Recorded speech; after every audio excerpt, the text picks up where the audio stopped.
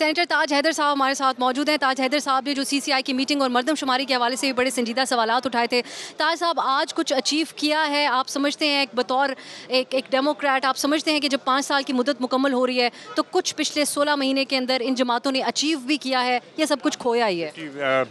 पीछे नहीं देखना होता और अचीवमेंट भी उसको भूल जाना चाहिए। आगे का प्रोग्राम क्या है? अब इस वक्त मैं लगा हुआ हूँ आगे के प्रोग्राम में क्या मंशूर होगा। पार्टी के इलेक्शन सेल का मैं सरबराह हूँ। इलेक्शन कैसे जीते जाएंगे, इम्प्लीमेंट कैसे करेंगे। अब देख लो दो फर्क।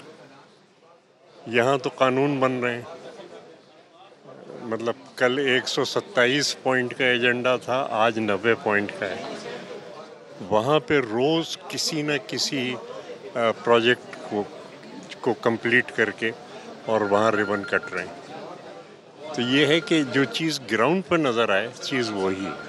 लेकिन आगे कुछ रोशन इम्कानात आपको जमहूरियत के हवाले से नज़र आ रहे हैं? अरे बहुत बहुत रोशन मुस्तकबिल है और बच्चियाँ हमारी काम कर रही हैं आप जैसी। इंशाल्लाह मुल्क का मुस्तकबिल बहुत रोशन। बहुत शुक्रिया ताज हैदर साहब।